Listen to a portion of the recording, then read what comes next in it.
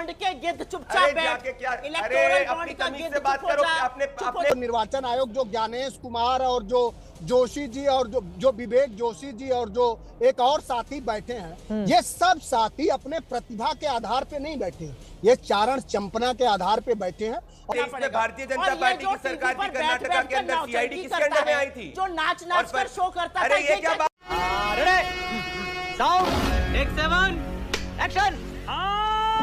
बातों को गंभीरता से लेना ये चुनाव आयोग का काम है। अब सुप्रिया शिंदे जी आपके पास आते हुए, चूंकि इन्होंने सुबह राहुल गांधी की ओर से जो आरोप लगाए गए और शाम को अपने ट्वीट में जो दावा किया गया, दोनों में बहुत फर्क है। प्रदीप भंडारी जी ने जिसका जिक्र किया है, और सुप्रिया शिंदे जी उस सीट पर कांग्रेस पार्टी ने ही जीत हासिल की है 2023 में। 2018 में बीजेपी जीती थी, तो 2018 में अगर बीजेपी जिस सीट पर जीतती है, 2023 आते आते वहां पर वोटरों की संख्या क्यों घटवाने जाती वो? और अब तो आप ही लोग जीते हैं 9000 से ज्यादा वोटों से उस सीट पर। सुप्रिया शिंदे जी फिर इस तरह का दावा क्यों? मैं तुम्हें अभी समझाता हूं। चित्रा जी, आपको आपके दर्शकों को और मेरे फेलो पैनलिस्ट को मेरा नमस्कार। जी की आवाज नहीं आ रही है, उनको बेरोक टोक के आपने स्टूडियो में बगल में सुना। हाँ, आवाज आ रही है, बोलिए। मेरी आवाज नहीं जा रही है क्या? आ गई, बोलिए। आपको नमस्कार। और जैसे कि बेरोक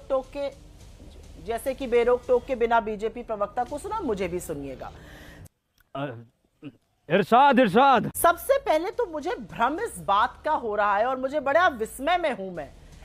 पाप का घड़ा बढ़ रहा है चुनाव आयोग का, भांडा फूट रहा है चुनाव आयोग का, बिलबिला रही है बीजेपी।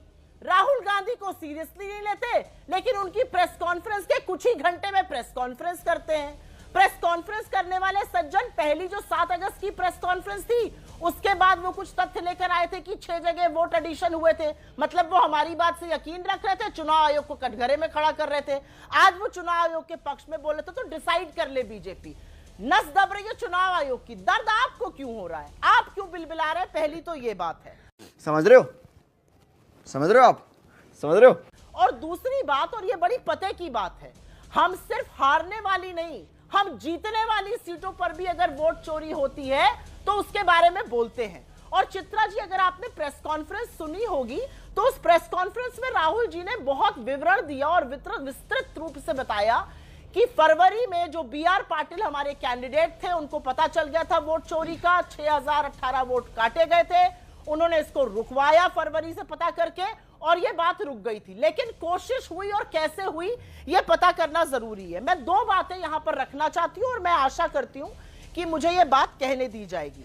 सबसे पहले तो फॉर्म 7 भरकर कोई भी व्यक्ति जो उस बूथ का है वो वोट कटा सकता है, और वो ये काम ऑनलाइन कर सकता है। ये कहना चुनाव आयोग का है। ये 2019 का चुनाव आयोग का पोस्ट है, जिसमें वो साफ तौर से कहते हैं कि आप ऑनलाइन भी फॉर्म 7 भरकर वोट कटवा सकते हैं, आवेदक बन सकते हैं।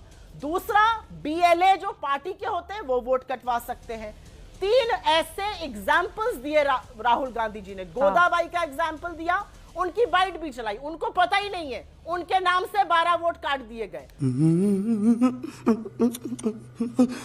फिर एग्जाम्पल दिया सूर्यकांत जी का, 12 मिनट में 14 वोट काटे गए। वो मंच पर भी आए और वो महिला भी मंच पर आई जिसका वोट उन्होंने काटा। उन 14 लोगों में से उन्होंने कहा मुझे इसके बारे में कोई जानकारी नहीं, कैसे मेरा नाम इस्तेमाल हुआ मुझे नहीं पता। ठीक है। तीसरे व्यक्ति नागराज, सुबह 4 बजे उठकर वो 36 सेकंड में 2 वोट काट देते हैं। तो मेरा अपना मोहल्ला है, और यहां पे मैं एक बहुत विशुद्ध बात करना चाहती हूं। ये बात कहकर मैं अपनी बात का अंत करूंगी।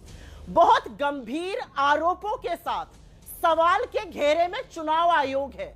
चुनाव आयोग के ऊपर जिम्मेदारी है इस देश में निष्पक्ष और स्वतंत्र चुनाव कराने की।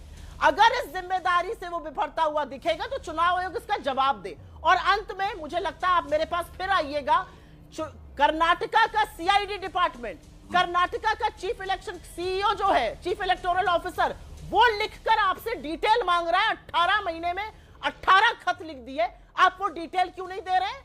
आपको प्रेस कॉन्फ्रेंस करने की पड़ी रहती है। ठीक है। चुनाव आयोग से सवाल है, बीजेपी क्यों बिलबिला रही है? इसीलिए मिली भगत हम कहते हैं।